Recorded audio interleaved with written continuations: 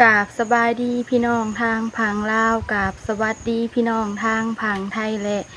ต่างประเทศเบิดสุขุสุคนเมื่อนี้กามาพบมาพอกับน้องสาวอีกแล้วตอนนี้กะยังแดดอยู่เนาะอืมมานั่งลินอยู่เตียงในต้นมะม่วงเนาะผมต้นมะม่วงเย็นเย็นเนาะทางน้องสาวกะมาแต่บ้านทางน้องสาวแล้วมาเช้านี่มา8 โมงเนาะหอด10 โมงออกบ้าน8 โมงขับรถค่อยๆมากับไอ้ทงเพิ่นเนาะทางน้องสาวกะสิมาอนามัยเฮือนแถวนี้แหละนี่เลยเนาะทางไอ้ทงเพิ่นกะเข้าไปเลาะป่าไปหาเบิ่งเฮ็ดเบิ่งอีหยังแหละอยู่ในป่าในเฮือนเนาะทางน้องสาวกะอยู่เพื่อนกับน้องลีนเพิ่นทางน้องสาวเมื่อบ้านก็ให้น้องลีนเพิ่นอยู่เพื่อนอยู่ซ่านเนาะทางน้องสาวมากะสิมีแต่อนามัยเฮือนเพราะว่าหญ้าก็เริ่มเกิดแล้วทางแคมป์หัวนี่เนาะทางน้องลีนเพิ่นก็เสียหญ้าทางกองทรายเนาะเพิ่นเสียได้หลายมื้อเลยแต่ฝนตกใส่มันก็ขึ้นมาอีกเนาะเพิ่นอยู่เพื่อนเพิ่นก็เสียหญ้าทางในกองทรายแล้วก็โคตรพักโคตรหญ้าเนาะส่วนในแคมป์หัวทางน้องสาวก็สิเฮ็ดซอยกันในแคมป์หัวกันเนาะทางน้องสาวช่วงนี้ก็สิเห็นแต่ทางน้องสาวถ่ายคลิปอยู่แต่เฮือนเด้อทางน้องสาวก็เริ่มท้องใหญ่แล้วก็ไปยากแน่เนาะมือตีนทางน้องสาวก็เริ่มไข่เลยเนาะก็เริ่มใส่เกือบมันหัดเลยเกือบยังบ่ได้ไปซื้อใหม่เนาะก็ใส่ไปก่อนเนาะเกือบน้อยกว่าตีนแล้วเพราะว่าทางน้องสาวบวมไปแล้วตีนมือตีนบวมไปเลยเนาะทางน้องสาวว่าประสุดพลาดปานใดก็ต้องขอโทษขออภัยทางนี้ซีเบิร์ดสุขุสุคนเด้อเพราะว่าทางน้องสาวหอดเดือนคลองเลยมือตีนก็เริ่มบวมหมดแล้วเกือบก็ใส่ไปอยากได้เลยเนาะบัดนี้หาทางไอ้ทงขึ้นมาเนาะทางน้องสาวก็สีทางหงาถาในแคมหัวนี่สีทางถากับน้องลินเนาะทางน้องสาวสิเป็นคนทางให้น้องลินเพิ่นเป็นคนเก็บหงาไม้เนาะเดี๋ยวทางน้องสาวทางแล้วถึงจะให้น้องลินเพิ่นมาเก็บเนาะทางไปเทื่อละน้อยเทื่อละน้อยทางน้องสาวก็เฮ็ดได้อยู่เนาะตั้งแต่เริ่มตั้งท้องมาตั้งจนหอดเดือนคลองเลยทางน้องสาวก็ยังเฮ็ดเฮ็ดงานได้ปกติเนาะแต่ทางไอ้ทงเพิ่นก็บ่ให้เฮ็ดหลายปานใดดอกแต่ก็สิเฮ็ดเพิ่นแต่ก็สิเฮ็ดซอยเพิ่นเทื่อละเล็กเทื่อละน้อยเนาะทางน้องสาวก็อันใดทางน้องสาวเฮ็ดบ่ได้ก็มีแต่ปล่อยให้ไอ้ทงเฮ็ดเนาะทางน้องสาวเฮ็ดได้อันใดก็เฮ็ดซอยกันเนาะบรรยากาศตอนประมาณ4 โมงเนาะนี่เลยบรรยากาศตอนประมาณ4 โมงตอนนี้ทางไอ้ทงเพิ่นก็ย่างมาแต่ป่าเนาะไปหาเห็ดหยังนะเห็ดปวกนี่ใส่เอาเบิ่งเด้อเฮ้ยยังคือได้แต่อันนี้มันเด็ดตีนมานั่งแล้วไปหาเลาะป่าเลาะดอนได้แต่อันเดียวอันนี้เนาะมียังมันหักนะอันนั้นมันคือบ่เก็บมาบ่เห็นสบายดีแม่FCเนี่ยสบายดีเด้อทางหญ้านี่เนาะมันจึงห่มทางไปเทื่อละเล็กเทื่อละน้อยเมื่อยนะเลาะป่าใกล้เติบบ่ไปนะใกล้เจอแล้วหล่อทัวร์มาเลยช่วงนี้ทางไอ้ทงเพิ่นก็บ่มีงานเนาะช่วงนี้ก็เลยเสื่อมนิดนำไอ้ทงทางน้องสาวลงคลิปก็เพราะว่าซิมทางน้องสาวเป็นหยังก่อนไอ้ทงไปให้หานเขาเบิ่งเนาะเพิ่นให้เปลี่ยนซิมใหม่ทางน้องสาวนะ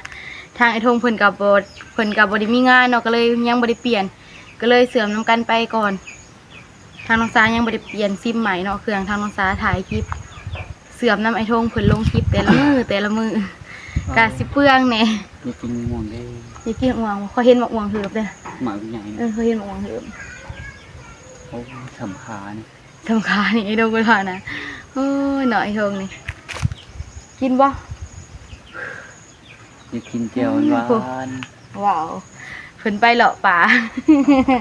ไปหากินน้ำก็เห็นทางน้องสาวว่าสิได้กิน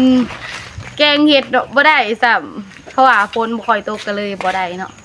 ไอ้ทงน้ำอยู่เทิงซองแข็งน่ะเด้อน้ำอยู่ในเทิงซองแข็งน่ะทางไอ้ทงเพิ่นก็ไปเลาะป่ามาแล้วบัดนี้ทางน้องสาวคิดว่าทางไอ้ทงเพิ่นยังบ่มาเนาะทางน้องสาวคิดว่าทางไอ้ทงเพิ่นสิมาโดนเติบแต่เพิ่นมาเลยเพิ่นเข้าไปกินน้ำเนาะเพิ่นไปเลาะป่าก็ได้แต่อันนี้ได้แต่ตีนเห็ดปวก ช่วงนี้ทางไอ้ทงเพิ่นก็บ่ได้มีเวียกเนาะก็มีแต่ถ่ายคลิปซอยกันนี่แหละมีแต่ช่องทางเดียวเนาะบัดนี้ก็คือถ่ายคลิปเฮาก็ซอยกันถ่ายเนาะซอยกันเฮ็ดเนาะมีแต่เสื่อมมิดเอานำทางไอ้ทงเพิ่นไปก่อนซิมทางน้องสามันอันนั้นเนาะมันถึกหลอกบ่ประมาณนี้แหละก็เลยเบิ่งนิดเบิ่งอีหยังก็บ่ได้เนาะเปิดนิดได้อยู่แต่นิดบ่ขึ้นเปิดนิดก็เลยให้ห่านเขาเบิ่งห่านเขาว่าให้เปลี่ยนซิมให้เนาะทางน้องสาก็ยังบ่ได้เปลี่ยนเพราะว่าทางไอ้ทงเพิ่นก็บ่ได้ไปเฮ็ดเวียกก็เลยบ่มีรายได้ทุกมื้อเนาะบัดนี้มีแต่เงิน YouTube เป็นเดือนเพิ่นเลยจึงออกมานี่โดยอามันกาสิพากันไปทางหญ้าก็เด้อเป็นจังได๋ก็ฝากเป็นกำลังใจให้น้องสานี่เด้อแม่ FC เบอร์สุขสุคนฝากเบิ่งคลิปให้น้องสานี่ฝากซัพพอร์ตทางน้องสานี่เด้อทางน้องสาจึงสิมีกำลังใจเฮ็ดคลิปต่อๆไปเนาะเห็นแม่ FC เบิ่งให้แล้วก็แม่ FC ให้กำลังใจทางน้องสาก็มีแฮงเฮ็ดคลิปต่อๆไปเลยบัดนี้อ่ะเป็นจังได๋ก็ไปเบิ่งนํกันเลยบัดนี้สิพากันไปทางหญ้าเนาะทางไอ้ทงเพิ่นกำลังทางเนาะค่อยๆทางเลยไอ้ทง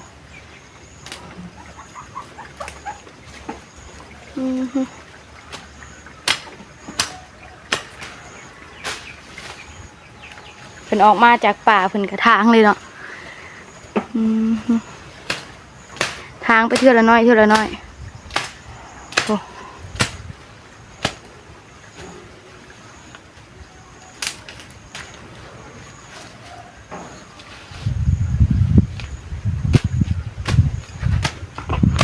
มาแต่บ้านน้องสาก็มาทำความสะอาดหัวเฮาคือเก่าเนาะพันกองๆไว้เลยไอ้ทงเดียวทางน้องสาสิเอาอันนั้นไปกวดเอาไม่พอไปกวดค่อยๆพันก็ได้ผ้าก็ไปยักเข่าเลยเนาะก็เลยหายทงพันค่อยๆผ้ามันก็ไปยักเข่าแล้วยังแดดอยู่เนาะตอนนี้กะแดดแห้งอยู่โอ้ทางทงคนเดียว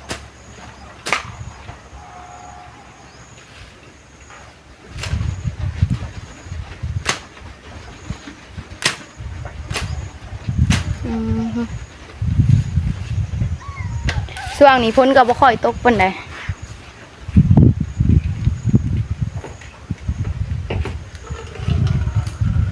เพิ่นมา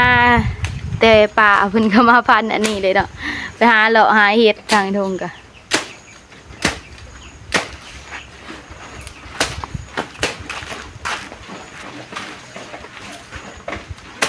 ทุกน้ำจะเอาถึงแข็งๆ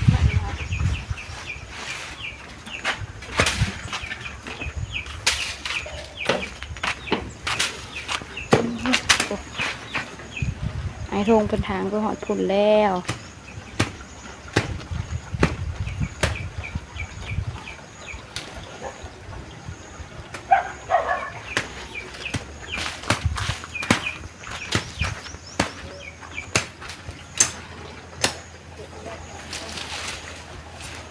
เอาไม้พลอยมากวดเอามา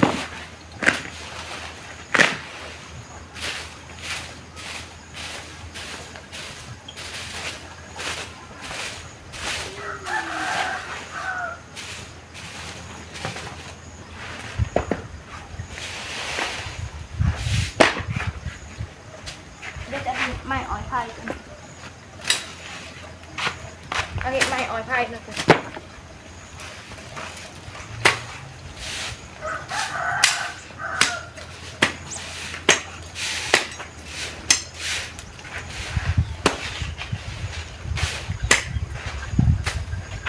พันออกเลยเส้นนี้คน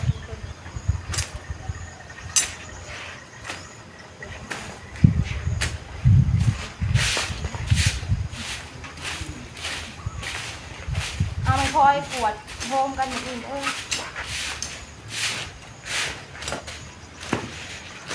ทางซ้ายก็จะเอาไม่พอยขวดโฮมกันแบบนี้เนาะ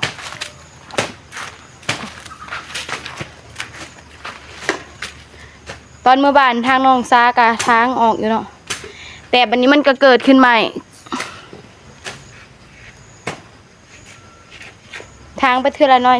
เนาะถ้ามันแดดร้ายเฮากะพักผ่อนเนาะ ย่านวินหกวินหัวโอ้ทางปะลงหันเลยเดี๋ยวทางน้องซาสิเอาอันนี้ไปกวดทางน้องซากะสิตั้งกล้องไว้อยู่ใกล้นี่เนาะสิตั้งไว้ในห่ม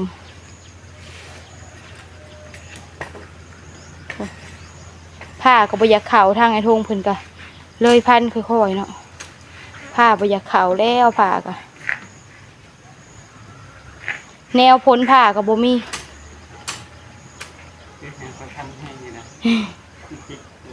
โดยมันติดตะหน่างเนาะหรือว่ามันคาตะหน่างพันแหงบ่ได้ย่านผ้าเฮาหมุนเนาะเพราะว่าหญ้ามันลามขึ้นกับตะหน่าง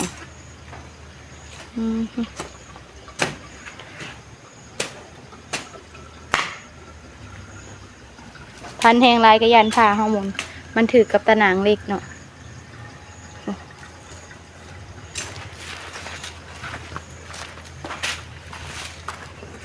มาเดี๋ยวเขาจะเอา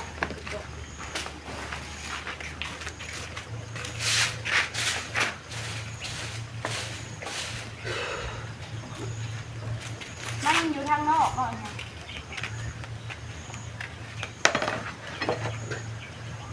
มันอยู่ทางนอกคนเดี๋ยวไปเลยเขาจะออกไปทางอยู่นอกเนาะ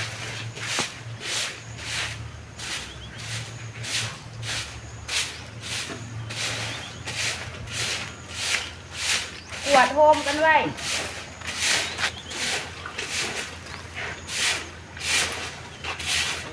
ไอ้ทงเป็นอะไรทงหมูมองตัวนั้นมันเถิมเลยนี่ตัวทางนอกมองมันเถิมเห็นบอกทางนอกนะทางเทิมสุดนะนะฮะแม่ปลาไปก่อนข้าไปก่อนบอกปลาไปก่อนแต่เขาสิกินตัวใดล่ะไปเอากินหมากดิบมากินหมากดิบเอาเก็บกินสมทางน้องซาค่ะกวดก้อมขึ้นไหวแล้วบัดนี้มีแต่สิหาเนี่ยมาพูบใส่เนาะทางไปเทือละน้อยก็ได้ทางไอ้ทงเพิ่นกระทางให้แล้วเนาะทางน้องซากับกวดโฮมกันกับสิเอากระเป๋ามาเก็บใส่กระเป๋าเลยเนาะนี่เลยเนาะเก็บใส่กระเป๋าที่มันขาดเนาะทางน้องซาจะเก็บใส่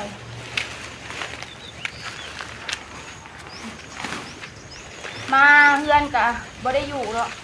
ไปทำความสะอาดเฮือนที่เก่า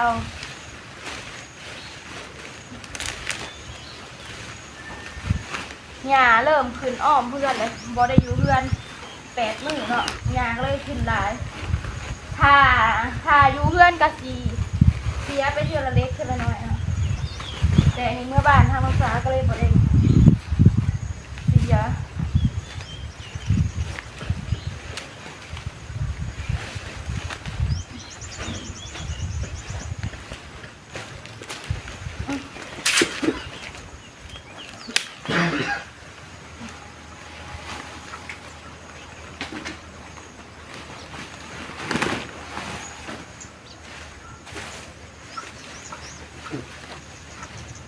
หนังเก็บใส่กระเป๋าแบบนี้เลยเนาะ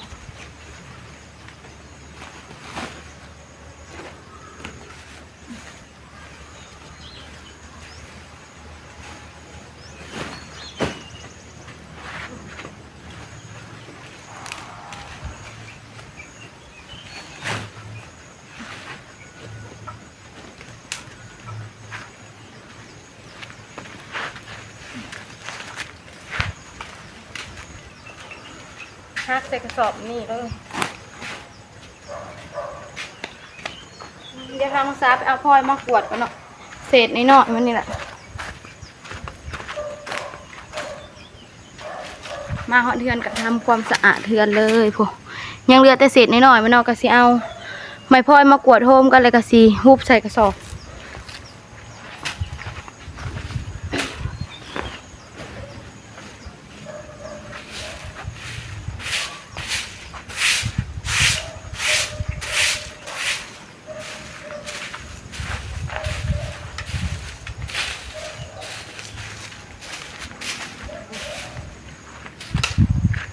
แล้วอันนี้ก็รูปใส่กระเป๋าเลยเนาะ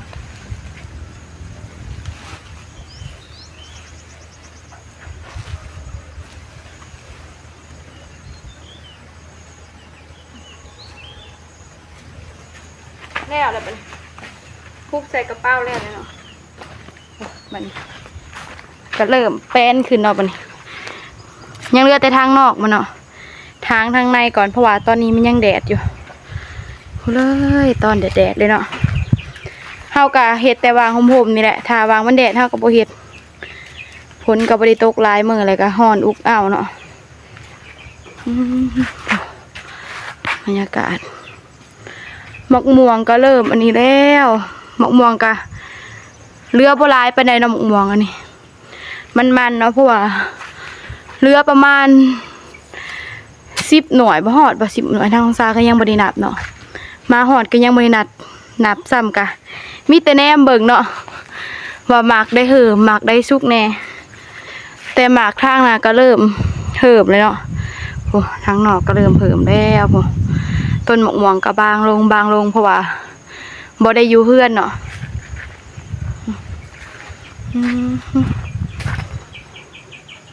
มะม่วงก็พอได้กินอยู่ต้นนากาเริ่มเพิ่มเริ่มยังไปเบิดแล้วต้นทางน่ะเนาะกะสิเอาไว้กินสุกกะสิให้ไอ้ทงเพิ่นจูดขี้เหงื่อเนาะนี่มันเต็มแท่งเลยขี้เหงื่อกะหญ้าก็เริ่มขึ้นแล้วในแคมหัวนี่เนาะมื้อ8 มื้อมาหญ้าเต็มคือเก่าไอ้ทงเอ้ยส่วนผักขมก็เริ่มขึ้นเลยเนาะผักขมบ่ทางน้องซากะบ่ฮู้ชื่อเนาะทางน้องซากะว่าเอาผิดว่าถูกก็ต้องขอโทษขออภัยทางเมฟซีเวอร์สุขุสุคนเด้อผู้ผักขมเลยเนี่ยบ่ไอ้ทงผู้ผักน้อยๆมันเกิดตลอดนะเกิดตลอดบ่โรคออกก็เกิดคือเก่าน่ะทางไอ้ทงเพิ่นกระจูดแล้วเนาะบัดนี้คือทางจากจะใหม่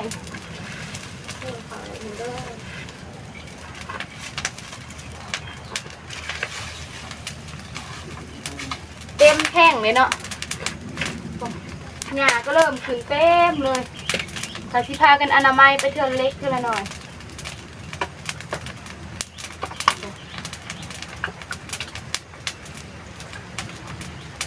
พักอันนี้ก็เริ่มเกิดเลยเนาะ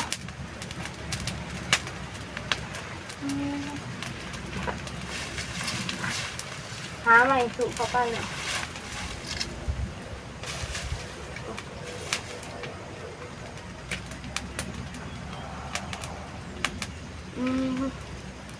สูตรแบบนี้เลยเนาะเริ่มเป็นปีเลยต้นกล้วยกะเริ่มเป็นปีแล้วปีก็เริ่มใหญ่เนี่ยเนาะหายทงเพิ่นจูดขี้เหงื่อมื้อนี้กะมีแต่เฮ็ดเวียกเฮ็ดงานแถวเพื่อนเฮาเองเนาะเฮ็ดซอยกันนี่แหละ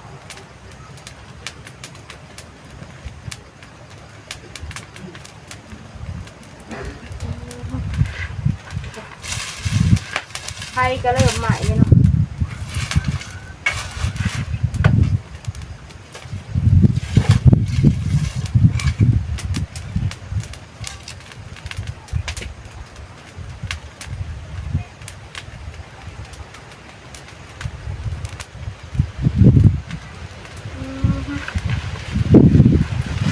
ทำมาเลยก็เริ่มล่มเนาะล่มก็ล่มซื่อแต่ฝนบ่ได้ตกเลยเนาะทางแคมหัวกับหญ้าเริ่มขึ้นอีกแล้วพวกเคยยีนางเนาะหญ้าเริ่มขึ้นอีกแล้วพวกกสิพากันทางไปเนาะตอนนั้นทางน้องซากระทางในหญ้าก็เริ่มขึ้นอีกนี่พวกบรรยากาศคืมพ้นเนาะแต่พ้นก็ยังบ่ได้ตกไฟก็เริ่มใหม่ไปให้มันใหม่ไปเทื่อละน้อยเพราะว่ามันเต็มแล้วก็เลยจูดซะพากันจูดเพราะว่ามันยังไม่ได้ขำเนาะก็เลยพากันจูดก็มีแต่เผาเอาเบิ่งเอานี่แหละยันมันลามไปเนาะ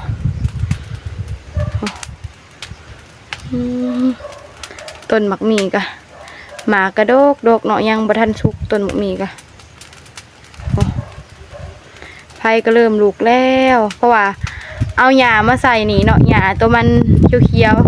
แต่ทางน้องสาวลงมือบ้านมาหญ้าแห้งไปเลยก็เลยจูดเลย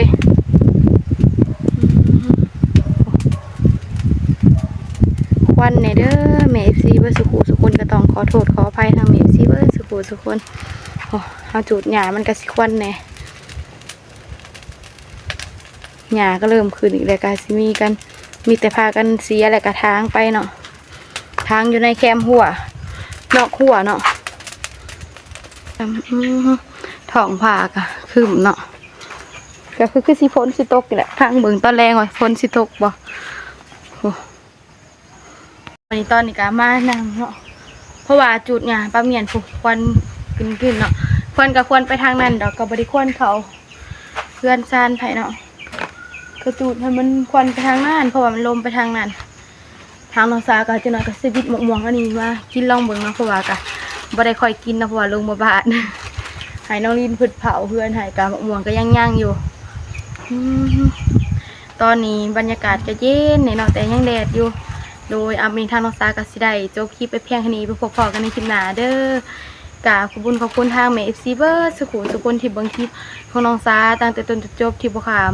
โฆษณาทางน้องสาว่าผิดพลาดประการใดก็ต้องขอโทษขออภัยทางแม่ FC เบิร์ดสุขุนทางน้องสาสิขอตัวลาไปเพียงแค่นี้ขอกล่าวคำว่าสบายดีบ๊ายบาย